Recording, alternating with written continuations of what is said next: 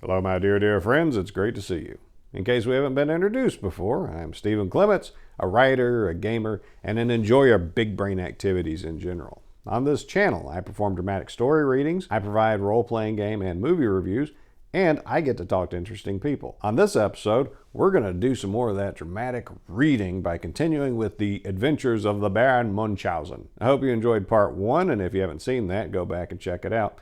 And while we're going to skip ahead a couple stories in this collection, I wanted to get you to something a little more spectacular. Yes, the stories that we're skipping over, they're fun, they're interesting, there's humor in them, but it's a little bit mundane when this guy's known for being really crazy in his exploits. And I wanted to get you some more taste of that instead of him going boar hunting. But when we left off, he had gone to St. Petersburg, Russia to secure himself an officership with the Tsar's military, so he could go off with guns to gain glory. And in this story, he's done just that. He's already secured his commission as an officer, and now he's off to campaign.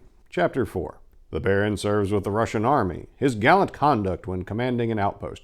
Pursuit of the enemy. He waters his horse, looks for his companions and misses his horse's tail, seeks an entrance into the besieged town. Gallant conduct of his steed on several occasions. I could not indeed have received a more agreeable present, or one more useful, at the opening of that campaign in which I made my apprenticeship as a soldier.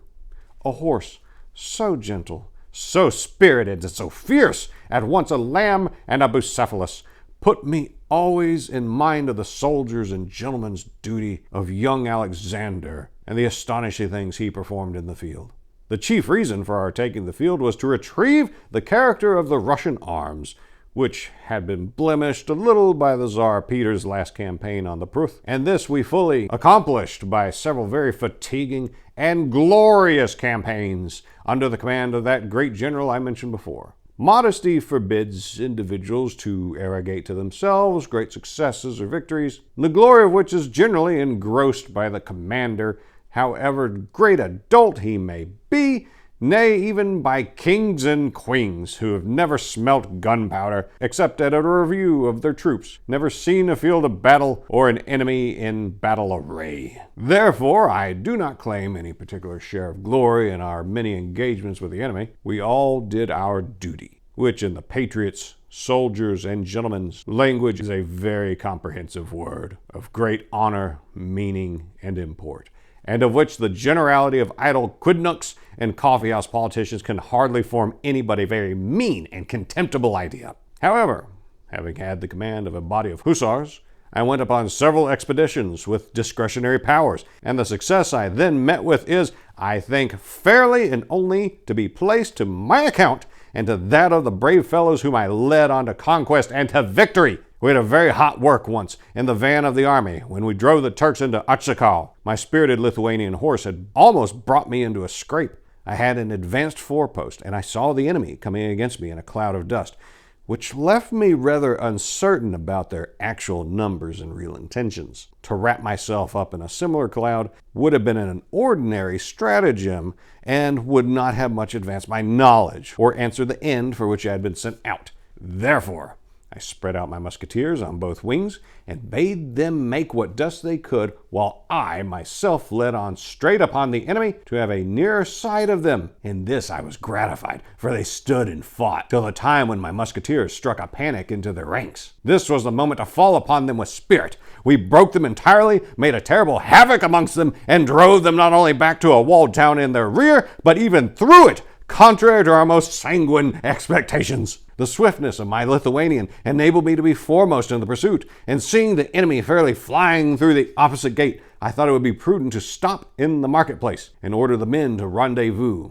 I stopped, gentlemen, but judge of my astonishment when in this marketplace I saw not one of my hussars about me. Are they scouring the other streets, or what has become of them? They could not be far off, and must, at all events, soon join me. In that expectation, I walked my panting Lithuanian to a spring in this marketplace, and let him drink. He drank uncommonly, with an eagerness not to be satisfied, but natural enough, for when I looked round for my men, what do you think I saw? All the hindquarters of my horse were gone, cut clean off. The water ran out behind as fast as it ran in before, without the animal keeping a drop of it. How had this come to pass? I could not account for it at all, till at last one of my hussars came up, and while congratulating me on my safety, in language chiefly remarkable for its strength, gave me the following narrative. When I flung myself recklessly into the midst of the fugitives, they suddenly let fall the portcullis of the gate, which cut the hindquarters of my horse clean off.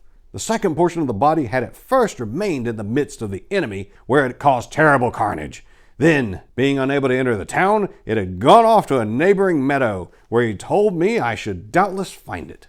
I turned the bridle without delay, and my horse's forequarters carried me at a gallop towards the meadow. To my great delight, I there found the other half performing a series of the most ingenious curvets, and gaily disporting itself with the other horses that were grazing there. Feeling certain, therefore, that the two portions of my horse were alive, I sent for our farrier. Without the loss of a moment, he sewed them up with sprigs and young shoots of laurels that were at hand. And what could not have happened but to so glorious a horse, the sprigs took root in his body, grew up, and formed a bower over me, so that afterwards I could go upon many other expeditions in shade of my own and my horse's laurels. I must tell you of a trifling inconvenience that befell me in consequence of this brilliant action.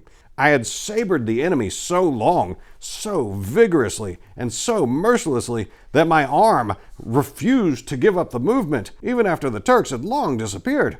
I was so afraid of wounding myself, and above all wounding my men when they came near me, that I was forced to carry my arm in a sling for a week, just as though I had been wounded. When a man rides such a horse as my Lithuanian, you can easily conceive, gentlemen, that he would be capable of performing another achievement, which appears at first sight to border on the fabulous. We were besieging a town, whose name I've forgotten, and it was of great importance that our general should know what was going on in the place. It seemed impossible to effect an entrance, for one would have to get past the outposts, the main guard, and the outer works. There was not a man who would venture on such an enterprise. A little too vain of my valor, perhaps, and carried away by my zeal, I went and stood at one of our great guns. When it was fired, I jumped onto the ball with the design of penetrating by this means into the town. But when I had got halfway through, I began to reflect. Thought I, going may be all well, but how am I to get back? What will happen to you when you have got into the place? You'll be treated as a spy and be hung on the first tree. That would not be an end worthy of Munchausen. Having made this reflection, which was succeeded by many others of the same nature, I perceived a ball fired from the fortress against our camp, passing at a short distance from me. I jumped onto it and came back into the midst of my friends, without having accomplished my purpose, it is true, but at least safe and sound. However quick and active I might be at vaulting, my brave steed was not less so. No hedges or ditches or anything else could stop him. He went always straight ahead. One day a hare that I was chasing darted across the high road. At the same moment, a carriage with two beautiful ladies in it came by and separated me from my quarry. My horse passed so rapidly and so lightly through the carriage, of which the windows happened to be down, that I had scarcely time to take off my hat and beg the ladies to excuse my most unwarrantable intrusion. On another occasion, I wished to jump across a lake. When I was in the middle of it, I found it was much larger than I had first imagined, so at once I turned back in the middle of my leap and returned to the bank I had just left to take a stronger spring. The second time, however, I again took off badly, and I fell in up to my neck. I should, beyond any doubt, have come to an untimely end, had I not, by the force of my own unaided arm, lifted myself up by my pigtail, together with my horse, whom I gripped tightly with my knees.